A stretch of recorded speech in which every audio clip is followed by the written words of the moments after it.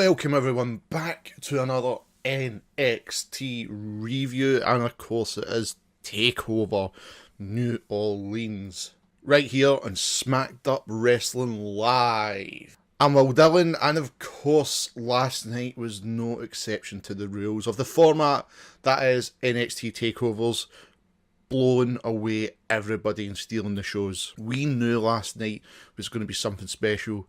I said that we were going to have a few standout matches, and quite frankly, we nearly had a full deck of them. As we kick things off, we kicked off with the new belt that's arrived in WWE, the North American Championship, in a ladder match. Killian Dane, Lars Sullivan, Ricochet, EC3, Velveteen Dream, and Adam Cole, baby. The match was spectacular, had everything going from it, from different spots to everybody getting their own time, doing their own thing. Ricochet was the show stealer of the night. Just unbelievable stuff he was doing in the ring. I'd highly suggest everybody to go and watch this match if you haven't already. If you haven't seen it, go and watch it now. With everybody lying there, there was one man that stood victor, and that was Adam Cole, picking up the North American Championship. Fantastic match. Absolutely fantastic way to kick off TakeOver at New Orleans. Getting the crowd going. The crowd was fantastic last night as always. And even watching it at home, you sat with your mouth dropped because you couldn't believe half the things you were seeing last night. It was that good. Next, we had probably the only match that never made it the full card of perfect matches. And that was Ember Moon versus Shayna Baszler. The match was good, don't get me wrong, but it just never lived up to the hype of the other matches.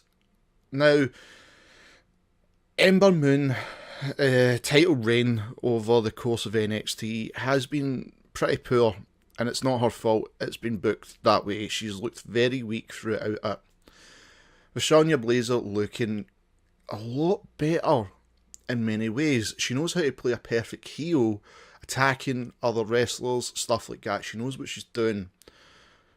So for her to get the belt last night was pretty much coming. There's been talks of Ember Moon coming up to the main roster this week, and for her to drop the belt kind of like gives it more of a, yeah, she's going.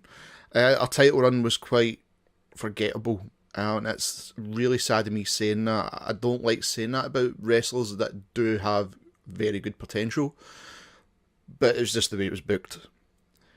The match had good spots though, with Ember Moon looking like she popped the shoulder of Shayna Baszler. Brilliant storytelling, how she's putting it back in using the ring post, and it just all came down to that submission. That submission just knocking out Ember Moon.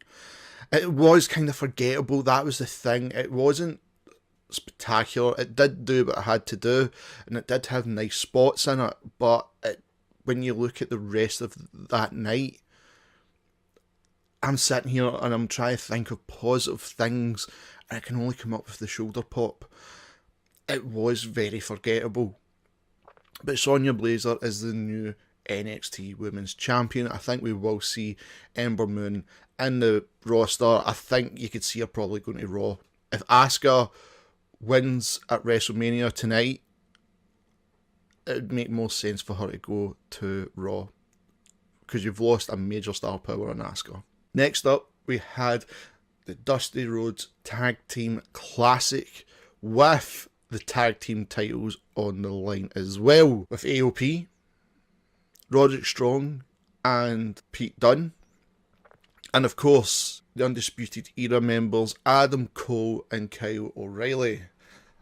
This was a great tag team match. It was not as good as the Triple Threat one back when DIY had that massive breakup, but it was still good. Very, very good. Each wrestler done their own thing as a unit and as on their own. Kyle O'Reilly done a lot for Undisputed Era.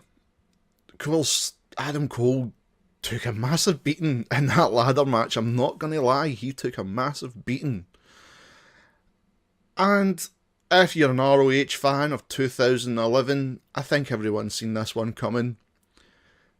At the end, Roderick Strong attacked Pete Dunne when he was going for the pin to win the Tag Team Classic, for allowing Undisputed Era to pick up the victory, retain their belts, and also win the Dusty Rhodes Tag Team Classic at the same time. And then Roderick Strong has joined Undisputed Era as well, and all four members stood next to the massive trophy at the end, doing the pose. You kind of seen it coming. You did kind of see it coming, but it was a good match. It was very good.